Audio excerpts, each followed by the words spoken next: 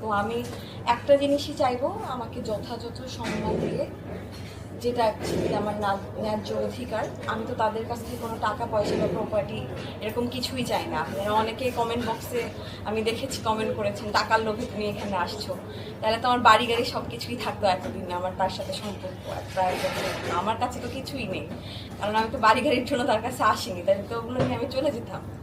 আচ্ছা, আপনি ওই যে গত মাসে অন্তঃসত্ত্বা বলছিলেন একটা মেডিকেল সার্টিফিকেট দিয়ে, ওইটা অনেক আগের, ওটা 3 মাস আগে ছিল, 2 মাস আগে ছিল, এখন 5 মাস। কমিটমেন্টটা কি ছিল? কমিটমেন্টটা ছিল যে ঠিক আছে, উনি বলেছিল যে কিপ ইট প্রাইভেট, সামনে কথা বলো, সামনে কথা, ক্যামেরায় কথা।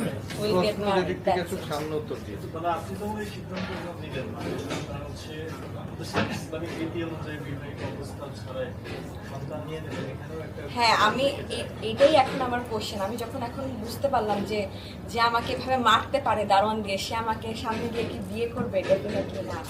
আর যে ইভেন আমাকে আমার বাসা, মানে আমি বাসা থেকে বের হয়ে আসছি, আমার বাসা যেহেতু বসুন্ধরা, আমি এখানে ভাড়া থাকি, তো আমার একটাই কথা যে আমাকে এই ব্যাপারটা লিগালাইজ করুক, তারা আমাকে ন্যায্য অধিকার দেখে। আমি তাদের কাছ থেকে কোনো টাকা পয়সা কিছু চাচ্ছি না, যেটা দেওয়ার মানে যেটা তারা এখন সেটেলমেন্টে আসতে চাচ্ছে বা ওয়ার্ডেভার কন্ট্যাক্ট করতে যাচ্ছে, এরপর আর আমার তাদের প্রতি কোনো গ্রাহ্য থাকবে না। মানে আপনি এখন চান কি, মানে আপনি কি তার স্ত্রী হিসাবে স্বীকৃতি চান নাকি পারিবারিক মানে কোনটা চান? আপনি যেটা চান সেটা, মানে বলছিলেন যে আপনি আপনার স্বীকৃতিটা চান, সেই স্বীকৃতিটা কোনটা? সন্তানের স্বীকৃতি, স্ত্রীর স্বীকৃতি, না কোনটা? এইটা একটু বলো। অবশ্যই বিষয়টাকে লিগালাইজ করা, Legalize স্ত্রীর স্বীকৃতির মাধ্যমেই সন্তানের স্বীকৃতিটা আসে। সেই সাথে আপনি কি নিরাপত্তাহীনতা করছেন? নিরাপত্তাহীনতায় তারা আমার সাথে অলরেডি কন্ট্যাক্ট করেছে, আমাকে সামনে কথা বলে না, সামনে এরকম কিছু হবে না, যেটা সত্যি কথা। সামনে সিওরিটি দিয়েছে যে এরকম কিছু হবে না, যে একটা আপোষে আসুক বা তো সেটেলমেন্টে আসুক, তো সেটেলমেন্ট একটাই আমাকে স্বীকৃতি দেওয়া, আর কিছু না। আপনি কি আপাতত যে নিজেকে লুকিয়ে রাখছেন ওদের কাছ থেকে, এরকম কিছু? এটা একটু বলেন। আপাতত আমি কিছুটা হলো, মিথ্যা বলে তো লাভ নেই।